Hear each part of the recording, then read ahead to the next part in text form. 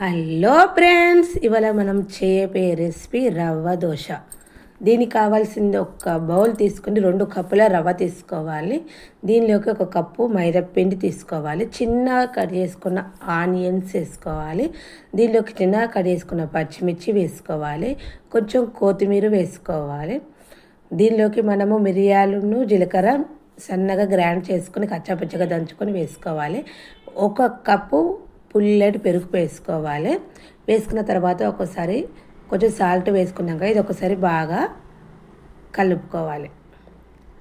ఒకసారి పెరుగు వేసుకున్న తర్వాత ఈ రవ్వ అనేది బాగా కలుపుకున్న తర్వాత మనం కొంచెం వాటర్ పోసుకుంటూ మనము పల్చగా కలుపుకోవాలి.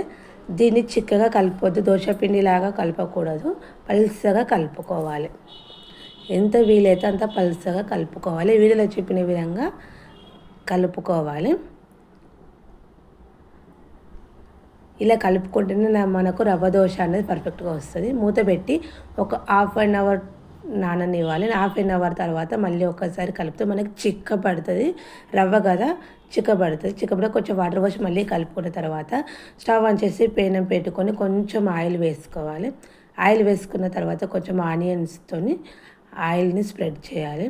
తర్వాత కొంచెం ఆనియన్స్ వేసుకున్న తర్వాత మనము దోశ అనేది స్పూన్తో కానీ గ్లాస్తో దేనితోనైనా ఏది అవైలబుల్ ఉందో దానిపైన పోసుకోవాలి.